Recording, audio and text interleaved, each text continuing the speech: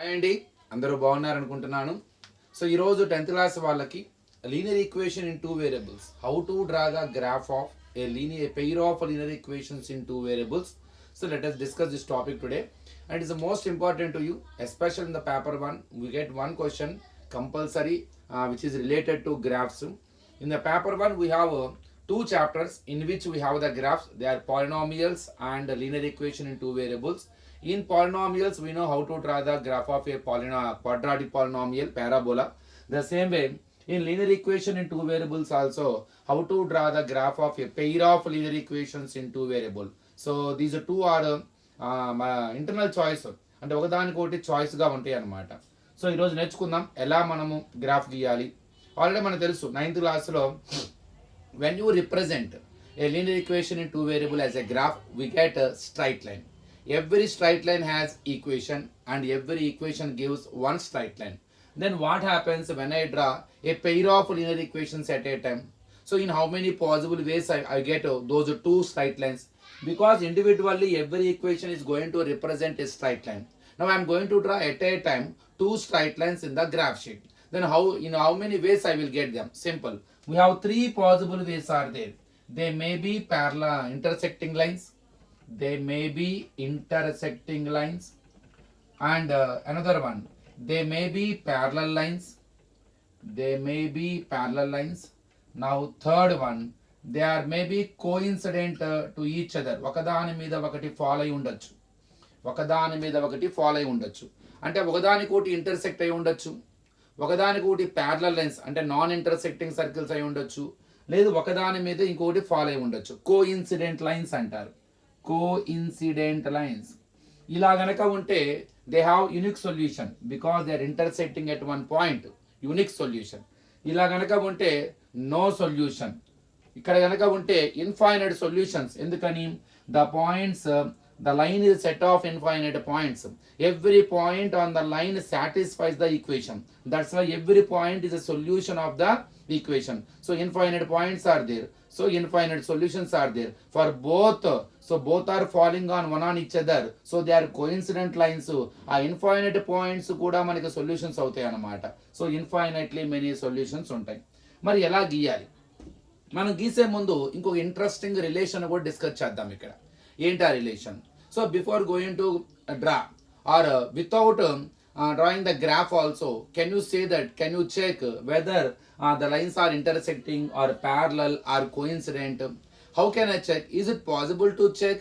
Is it possible to say that without getting the graph on the graph sheet?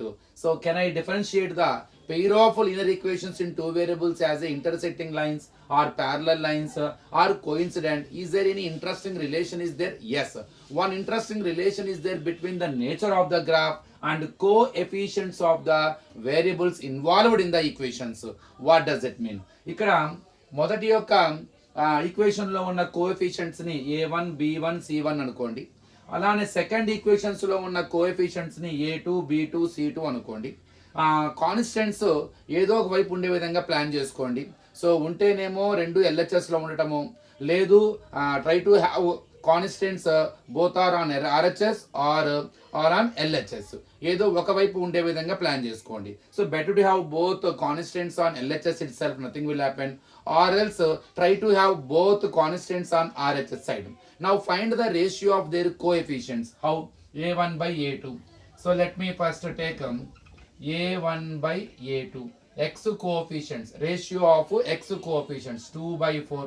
I get 1 by 2. Now B1 by B2. So coefficients of y terms minus 3 by minus 6. If they have negative symbol, don't forget to consider. So minus minus cancel, 3 1s are 3 2s are 1 by 2. And last one is C1 by C2. So both are on RHS, nothing will happen, you can directly 8 by 9. Even you take both to LHS, you get minus 8 to minus 9. So that you can cancel minus symbols, again we get 8 by 9 only. So that's why I asked you to write constants either on LHS or on RHS. So ఇప్పుడు ఈ ratios find out చేసాం, బాగానే ఉంది. ఈ ratios బట్టి I can say that whether they are representing intersecting lines or parallel lines or coincident lines. Very simple అన్నమాట. When the ratios are same, A1 by A2 is equal to B1 by B2 is equal to C1 by C2. 3 ratios కనుక same గా ఉంటే lines కూడా equal, ఒకదాని మీద ఒకటి follow అవుతున్నాయి. They are intersecting lines. ఒకవేళ మొదటి రెండు ఈక్వల్ అయ్యి, అంటే A1 by A2 equal to B1 by B2 రెండు ఈక్వల్ అయ్యి, లాస్ట్ది ఒక్కటే గనక నాట్ ఈక్వల్ గనక అయితే, సో అవి ప్యారలల్ లైన్స్, వాటికి no solution because they are not intersecting at any point. In case first యొక్క రెండు రేషియోసే గనక నాట్ ఈక్వల్ అయిపోతే A1 by A2 is not equal to B1 by B2. ఇక don't bother about C1 by C2. మొదటి రెండు equal అయితే మూడోది కూడా ఈక్వల్ అయితే నేను చెక్ చేయాలి మూడోది ఈక్వల్ అయ్యిందా లేదా అని. ఎందుకని? మూడోది ఈక్వల్ అయితేనేమో కోఇన్సిడెంట్, నాట్ ఈక్వల్ అయితేనేమో ప్యారలల్. అసలు మొదటి రెండే నాట్ ఈక్వల్ అయితే no need to check third one. So A1 by A2 is equal not equal to B1 by B2. Indirectly they are intersecting lines. They meet at one point. They have ఇక unique solution, ఒక solution ఉందని unique solution ఉంది. So in first case last case we have the solutions. That's why those equations are called consistent equations. But in the second case the lines are not having any solution because they are not meeting at any point. So they have no solution. That means that inconsistent equations, opposite to consistent అనమాట ఇది. సో మనం graph గీయకుండానే so we can verify, అంటే we can check whether they represent intersecting lines or parallel lines and coincident lines. ఇప్పుడు మనకు క్లియర్గా అర్థమవుతుంది. ఇప్పుడు నేను తీసుకున్న ఎగ్జాంపుల్లో A1 by A2 is equal to B1 by B2 అయ్యింది, కానీ not equal to C1 by C2 అయింది. అంటే I'm going to get parallel lines when I represent them in the graph sheet. So when I draw the graph of these two lines I'm sure I'm going to get two parallel lines. Let us see how to draw the graph of a pair of linear equations in two variables. చాలా simple అండి, మనం already 9th లో నేర్చుకున్నాం. First equation తీసుకోండి, right y as a subject. First right y as a subject. Subject అంటే ఏంటి? Writing y on one side of the equal to symbol, making it's coefficient is always 1. అంటే y ఒక వైపు ఉండి అది పాజిటివ్ కలిగి ఉండాలి, ఇక దాని పక్కన ఎలాంటి టర్మ్స్ ఉండకూడదు, అది ఏ సైడ్ ఏదో ఒక సైడ్ ఉండాలి. ముందు ఇక్కడ మన -3y ఉంది, ముందు దాన్ని ప్లస్ చేసుకోవాలి. Because when ever you right one variable as a subject you make sure that whether it is a positive or not. So కాబట్టి నేను -3y అటు పంపిస్తున్నాను, నాకు +3y అవుతుంది. అక్కడ 8 ఇటు సెండ్ చేసుకుంటున్నాను, 2x. ఆ +8 ఇవతలకు వస్తే -8, -3y చేంజ్ చేస్తే +3y. ఇప్పుడు నాకు y కోఎఫిషియంట్ 1 ఉండాలని చెప్పాను. సో అక్కడ ఉన్న మల్టిప్లికేషన్ ఫామ్ లో ఉన్న 3 ఇవతలకు వస్తే by form, 2x - 8/3 is equal to y. ఇలాగా you try to prepare relation for y. So ఇక చిన్న ఒక టేబుల్ తయారు చేసుకోండి. సో మినిమమ్ మనకి 2 points at least you try to prepare 2 points by taking different values of X. మీకు ఇష్టం వచ్చిన ఒక ఎక్స్ వాల్యూ తీసుకోండి, సో అందులో సబ్స్టిట్యూట్ చేయండి, వై కోఆర్డినేట్ వై కనుక్కోండి, రెండూ కలిపి సో యాజ్ ఆర్డర్ పేరుగా ఒక బ్రాకెట్లో రాస్తే ఒక పాయింట్ అవుతుంది. మినిమం మనకి 2 పాయింట్స్ రాయాలి, ఎందుకంటే when ever you have 2 points we can draw one unique line which is passing through those 2 points. అదే మనం ఒక పాయింట్ కనుక్కున్నాం అనుకోండి, ఆ పాయింట్ గుండా ఇన్ఫైనైట్ లైన్స్ వస్తాయి. అదే కనుక మనం మినిమం 2 పాయింట్స్ కనుక్కున్నాం అనుకోండి, సో అవర్ రిక్వైర్డ్ లైన్ అంటే ఆ లైన్ గుండా 2 పాయింట్ల గుండా వెళ్ళే లైన్ ఒకటే ఉంటుంది, అదే మనకు కావాల్సిన లైన్ అనమాట. అది సింగిల్ పాయింట్ అయితే ఇన్ఫైనైట్ లైన్స్ ఉంటాయి. So we can't say that whether it is our required or not. That's why try to prepare at least 2 points by taking different values of X. ఇక్కడ మనకి డినామినేటర్ 3 ఉంది కాబట్టి కొద్దిగా integer వచ్చే విధంగా plan చేసుకోండి. ఏ x value that what value of x we get y as a integer, positive integer negative integer పల్ల ఒక ఫ్రాక్షన్ రాకుండా ఉంటే బాగుండే విధంగా ప్లాన్ చేసుకోండి. ఒక సూటబుల్ ఎక్స్ వాల్యూ వెతుక్కోండి. అదే కనుక 3 డినామినేటర్లో లేదనుకోండి, అసలు ఎలాంటి ఇబ్బంది లేదు, you can take any value of X. ఇక్కడ కొద్దిగా జాగ్రత్తగా చేద్దాం, అంటే న్యూమరేటర్ కనుక మల్టిపుల్ ఆఫ్ 3 అయితే ఈజీగా క్యాన్సిల్ అవుతుంది, అది నా ఆలోచన. ఇప్పుడు నేను అక్కడ ఫర్ ఎగ్జాంపుల్ 1 పెట్టాను అనుకోండి ఎక్స్ బదులు, అప్పుడు 2 1s are 2, 2 - 8/3 అంటే -6/3. సో 3 2s are 6, ఒక ఇంటిజర్ వచ్చింది కాబట్టి I will take X value as 1 and I got the answer -2. ఇంకొకటి అన్నమాట నాకు కావాల్సింది. అలానే థర్డ్ టేబుల్లో న్యూమరేటర్ థర్డ్ టేబుల్లో వచ్చే విధంగా ప్లాన్ చేసుకుంటే సరిపోతుంది మనకి. ఇప్పుడు చెప్పండి ఇంకేదన్నా. ఒకవేళ నేను -2 తీసుకున్నాను అనుకోండి ఇన్ కేసు, సో -2 తీసుకుంటే 2 × -2 -8/3. ఏంటి నా ఆలోచన? సో 2 × -2 -4 -8/3, -4 -8 -12/3 అంటే 3 4s are, అంటే -2 తీసుకోవడం మూలంగా -4 వచ్చింది. మొత్తం మీద 2 పాయింట్స్ తయారు చేశాను, ఒకటి 1, -2 and -2, -4. As you know, every straight line, every line is a set of infinite points. Out of those two infinite points, you try to find at least 2 points that is enough to find out that required line. ఆ line ఈజీగా draw చేయడానికి మనకు ఆ 2 పాయింట్లు చాలు. 1, -2, -2, -4. Same ఇట్లానే repeat the same process for the second equation and prepare a table for at least 2 points which are satisfying the second equation. 4x minus 6y is equal to 9. First write y as a subject, but y is negative. First make it as a positive to send it to RHS and get 9 to LHS. Minus 9 is equal to plus 6y and get 6 also to LHS. 4x minus 9 by 6 is equal to y. Now prepare the table. So x, y. Let us take one suitable value for x which gives y as a integer అన్నమాట. మనకి 6th table లో పోయే విధంగా plan చేయాలి మనం ఇక్కడ. So ఏముంది చెప్పండి ఇంకా. సో ఒకవేళ మనం 1 తీసుకుంటే 4 - 9 5/6 వస్తుంది. 6th టేబుల్లో ప్లాన్ చేసుకో. 6th టేబుల్లో పోయే విధంగా ప్లాన్ చేయండి. 6th టేబుల్లో అంటే ఇంచుమించు మనకి 4 into 4 5s are 4 3s are 8. 8 - 9 -1 వస్తుంది. లేదు -18 వచ్చే విధంగా అంటే 6th టేబుల్లో మనకి 6 2s are 12 వస్తుంది. ఇక్కడ 12 వచ్చే అవకాశం ఉందా అంటే ఏం కనపడతలే నాకు తెలిసినంత వరకు. సరే 18 ఏమన్నా వచ్చే అవకాశం ఉందా అంటే అది కూడా కనపడతలా. ఎందుకంటే 4 3s are 12.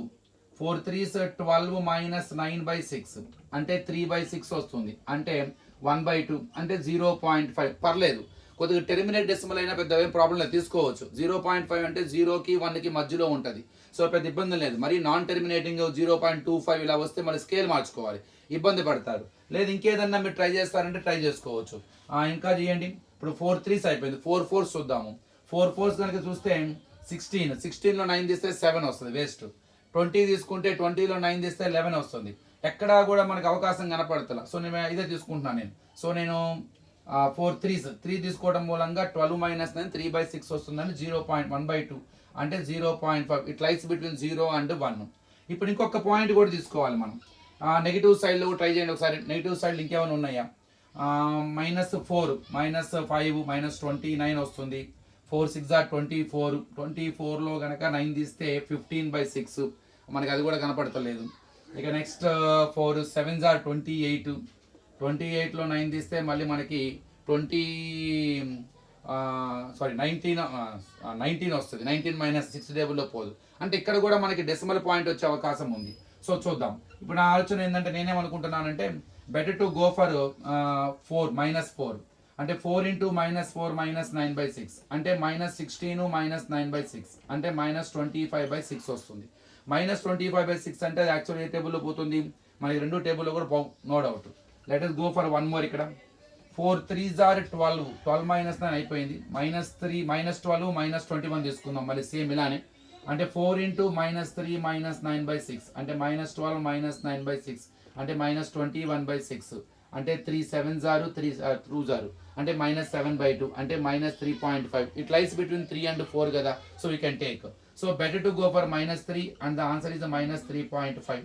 అంటే ఇక్కడ మనకి ఈజీగా రావట్లా, ఎందుకంటే ఎక్కడా కూడా మనకు అవకాశం దొరకట్లా. ఎందుకని అవకాశం దొరకట్లేదు? ఒక పాజిటివ్ ఇంటిజర్ కానీ ఒక నెగిటివ్ ఇంటిజర్ వచ్చే విధంగా ఒక పర్టికులర్ ఎక్స్ వాల్యూ లేదు.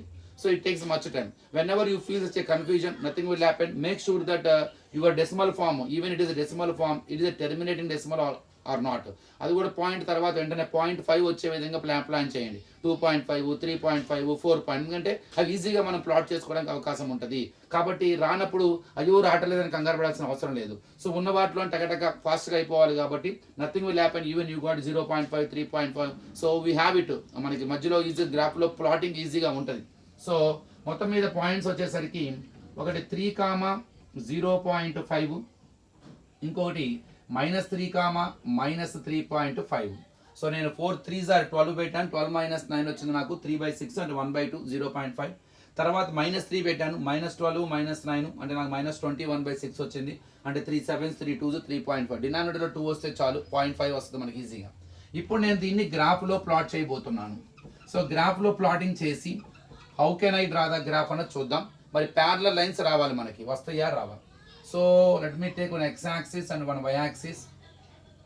So x axis y axis 0 1 2 3 4 5 6 -1 -2 -3 -4 -5 1 2 3 4 5 6 7 -1 -2 -3 -4 -5 -6.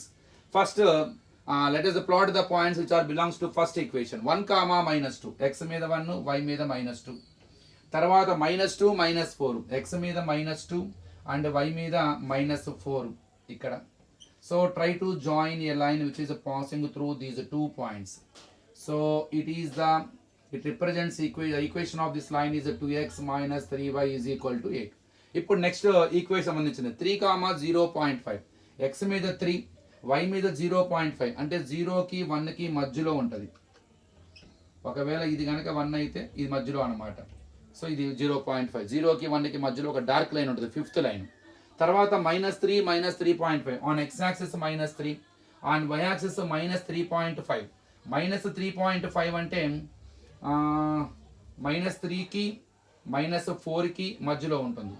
ఇక్కడ నేను కొద్దిగా 1 కామా ఫస్ట్ పాయింట్ ఏంటంటే 1 comma -2 on x axis 1 y comma -2. తర్వాత వచ్చేసరికి ఏమో సెకండ్ పాయింట్ -3 -3.5. సో -3 -3.5 మేబీ ఇక్కడ రావచ్చు ఇదనమాట.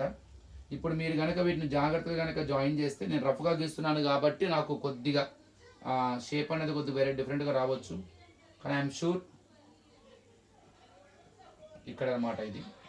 సో కంపల్సరీగా ఆ రెండు లైన్స్ మీకు ప్యారలల్ లైన్స్ గానే వస్తాయి, no doubt about it. So when you represent them in the graph sheet, I'm sure they are going to represent a parallel lines, they never meet at any one point. So ఇదేమో ఇలా ఈ విధంగా travel అవుతుంది, దీని పక్కనే 4x - 6y కూడా 9 అవుతుంది, they never meet, no doubt about it. It is -3 -3.5 and they are not going to meet at any point, even they extend in direction. So what does it mean? They are the parallel lines. Parallel lines means no solution. So already we verified also, we checked before the graph itself. So whether they are representing intersecting, parallel or coincident. The ratios are a1 by a2 is equal to b1 by b2 but not equal to c1 by c2. 2/4 1/2 వస్తుంది, -3 -6 కూడా 1/2, కానీ లాస్ట్లో 8/9 because c1 by c2 is not equal to first two ratios. So compulsory they are going to represent the parallel lines. So it is the way ఎలా prepare చేయాలి equations, అట్లా అని ఎట్లా మనం పాయింట్స్ తయారు చేసుకోవాలి, how to draw them and how to represent అని ఎలా చెక్ చేసుకోవాలి కూడా డిస్కస్ చేసాము. దీని తర్వాత వీడియోలో ఇంకొన్ని మరికొన్ని ఇంట్రెస్టింగ్ టాపిక్స్ మనం డిస్కస్ చేద్దాం.